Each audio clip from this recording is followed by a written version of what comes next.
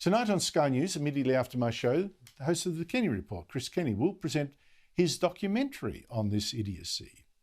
It's on Going Nuclear, it's called, on the need for nuclear power. And I spoke to Chris a short while ago and asked if we're really serious about zero emissions by 2050, can Australia really do it without nuclear power?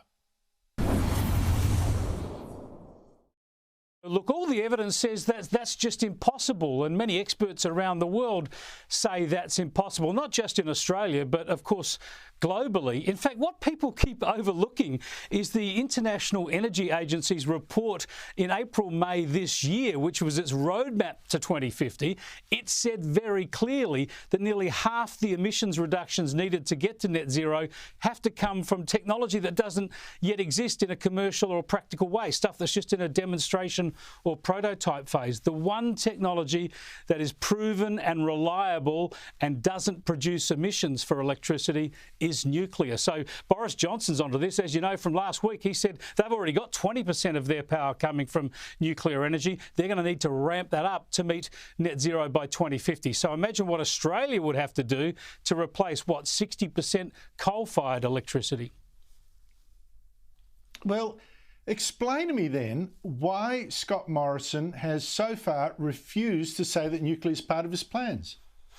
Yeah, I think this is the political timidity we've seen from both major parties for a long while. I think it all stems back to the Cold War and even the Maralinga atomic bomb test. And I think that our politicians believe that there's an antagonism towards nuclear energy that perhaps doesn't exist there anymore. We've seen some recent polling, including from Newspoll, that says the majority of Australians, about 2/3 of Australians, think we should at least consider nuclear energy. When you look back on our history, the Playford Liberal government in South Australia and federal Liberal governments in the 60s and 70s were seriously looking at a nuclear electricity generation plant in Australia.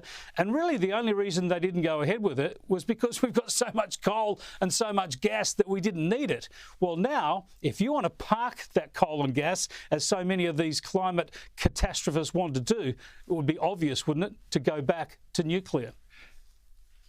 Well, I don't understand that political timidity, Chris, because, I mean, we even had, you'll recall, a couple of years ago, Jay Weatherill, right, the very green Labor Premier of South Australia, was starting to hold inquiries that maybe nuclear is the way to go. If you could even get Jay Weatherill across the line, why isn't Scott Morrison arguing? He keeps saying, it's about technology and all that kind of stuff. Here it is. We could do it. We have the uranium in the ground. We sell it to everyone else. How come we don't do it? Did you, in the making of your doco, find that there was a sort of any move towards, that we have the technology, the technological know-how, we have the will?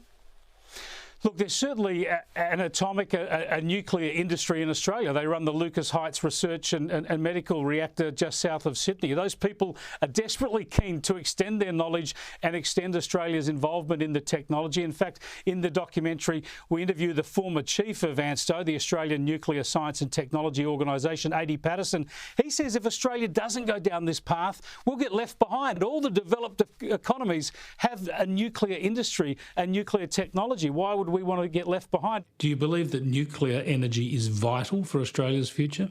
I think it's vital for the world's future. I think that we're discovering this all the time. I would say if we want the future that we're talking about, which is a future that is a low-carbon future, that honours the earth that we're living in and honours the future generations who will have to take over from us, we would absolutely have a nuclear future. I think there are enough politicians now. Some are telling me that at least half, maybe more than half of the coalition party room would like to pursue nuclear as a domestic industry, at least explore it. As you say, Jay Weatherill, the socialist left South Australian Premier, had a Royal Commission. I speak to the Royal Commissioner there, a former Rear Admiral in the Australian Navy, no less. And he says there's all sorts of opportunities, not just to dispose of waste and make money out of that, that, recycle it into nuclear fuel. And the only thing that made it uneconomical in South Australia was the national electricity market rules that favour renewables, of course, because they don't like any baseload power. So you'd have to rejig that. But it seems very clear.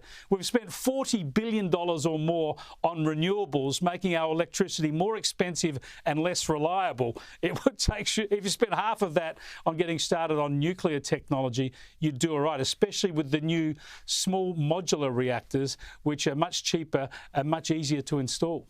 Chris Kenny, thanks so much for your time. Good luck with the documentary tonight. It's at 8 o'clock, straight after this show. Going nuclear, the clean energy debate. We really need to have this debate. In fact, if we are going to go net zero, much as I think we don't need to, we shouldn't have to, we've got to start looking at nuclear power. Enough is enough.